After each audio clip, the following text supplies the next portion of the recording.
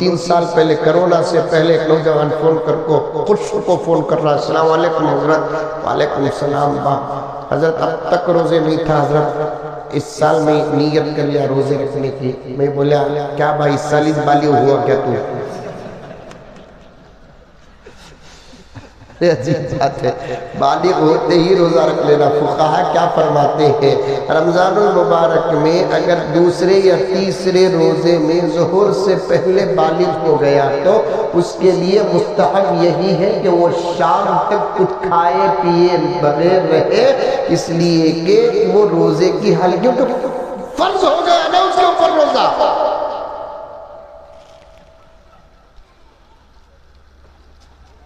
نہیں حضرت معلوم نہیں تھا، نہیں رکھتا تھا، روزے چھوڑاتا تھا، روزے رکھنا بول کر ارادہ کر لیا، اچھا نہیں آج روزہ ہوں حضرت میں، اچھی بات ہے، بڑی اچھی بات ہے بھی، اللہ تعالیٰ تمہارے روزے کو قبول فرمائے۔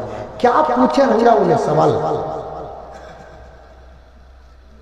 تمہیں 1 سال سوچے تو بھی اس کا سوال تمہارے ذہن میں نہیں آئیں گا۔ انہیں پوچھ رہا میں روزہ ہوں حضرت، میں اختیار کب کرنا حضرت کرایا؟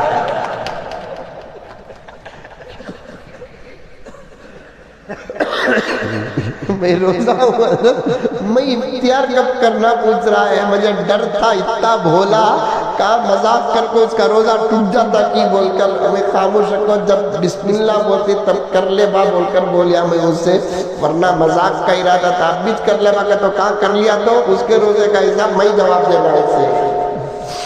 روزے میں کب بھی طبیعت خراب ہو گئی تو ڈاکٹر کے پاس جاتے ہیں تو ڈاکٹر انجیکشن دینا پڑتا، بولتا نہیں بولتا ہے۔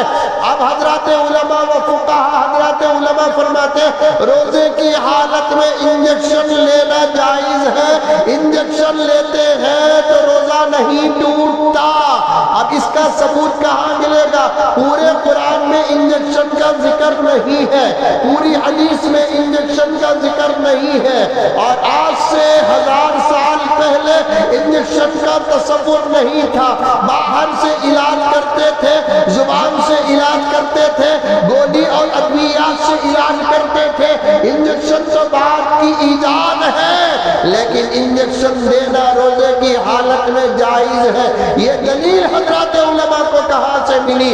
اللہ تعالی حضرات علماء کرام پر رحمتوں کی بارش، انوارات کی بارش عطا فرمائے۔ حضرات علماء کرام کی نظریں بڑی تیز ہوتی ہے۔ ایک صحابی حضور کی خدمت میں حاضر ہوئے، آ کر عرض کرنے لگے یا رسول اللہ میں روزے میں ہوں، مجھے سانپ کاٹ لیا۔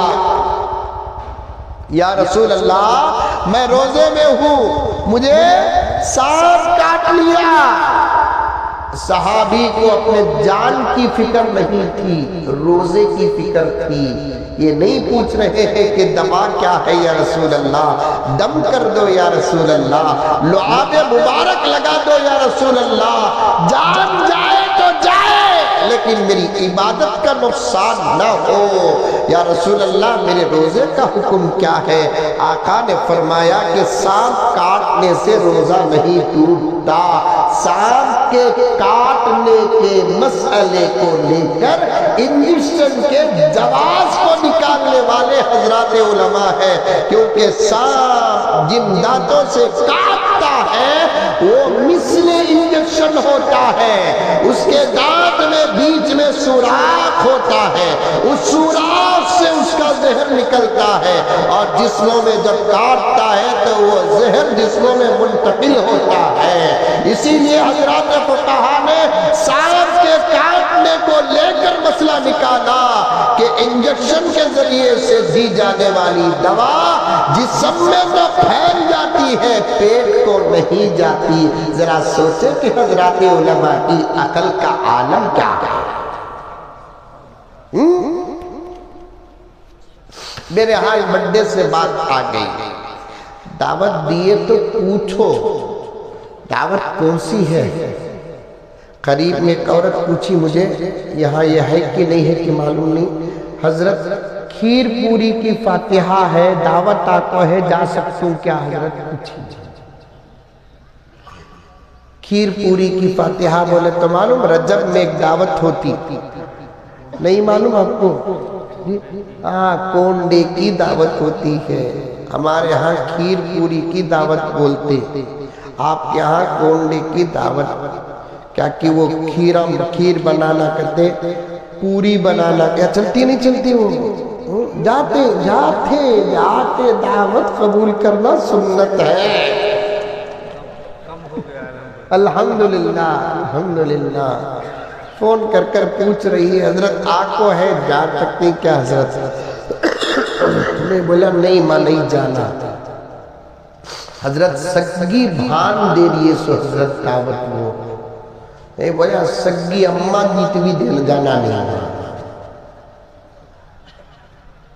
حضرت انہیں ناراض ہو جاتی ہے، گئی تو خدا ناراض ہو جاتا نا ماں۔ اللہ کی رضا پہلے، پیغمبر کی رضا پہلے، اس کے بعد ہی بندوں کی رضا ہے۔ بندوں کی رضا بعد میں، اللہ کی رضا پہلے۔ رسول اکرم صلی اللہ علیہ وسلم کی رضا پہلے، بعد میں تمام رشتوں کی۔ وہ کونوں کے بارے میں آپ کو اتنا نہیں معلوم جتنا مجھے معلوم ہے، لوگ سوال کر کر کو بتائے ہی۔ وہ کھیر بنتی کرتے، اس کے بعد پوری بنتی کرتے، وہ سال میں ایک مرتبہ کرے تو برکت ہی برکت کرتے۔ گھر میں نماز نہیں پڑھے تو بھی آتی کرتے، قرآن نہیں پڑھے تو بھی آتی کرتے، ذکر نہیں کرے تو بھی آتی کرتے، درود نہیں پڑھے تو بھی آتی کرتے۔ اچھا اس کے عجیب و غریب عقیدے ہی، جہاں کھیر پوری کونڈے کی دعوت ہوتی وہاں گوشت کھا کو نہیں جانا کرتے۔ ابا میں بولا گھگواں، الڈواں، گدھو، گوشت کھا کو مکہ جا سکتے، گوشت کھا کو مدینہ جا سکتے، یہ کھیر پوری کے گھر کو نہیں جانا۔ ان کو سرا میں جوتے مارنا کہ نہیں مارنا؟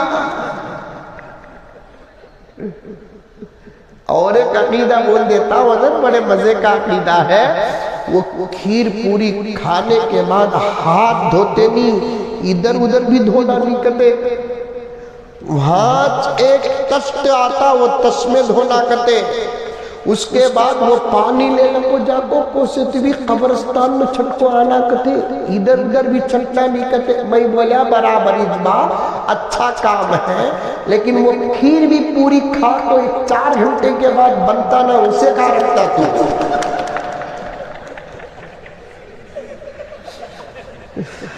ہاتھ دھویا سو پانی قبرستان میں ڈال کو آتا برابر چیز، لیکن وہ کھانے کے بعد کیا آئندہ سال تک وہ کھیری جھرتا پیٹ میں، آئندہ سال تک پوری جھرتی وہ پیٹ میں؟ آپا یہ عقیدے کسی مرد نے نہیں بنایا، یہ عقیدے تم جیسی بوڑھی عورتوں نے بنایا ہے۔ مجھے ہمت کے ساتھ کہنے دو کہ اسلام کو نقصان دشمنوں سے اتنا نہیں ہوا جتنا جاہل عورتوں سے ہوا ہے۔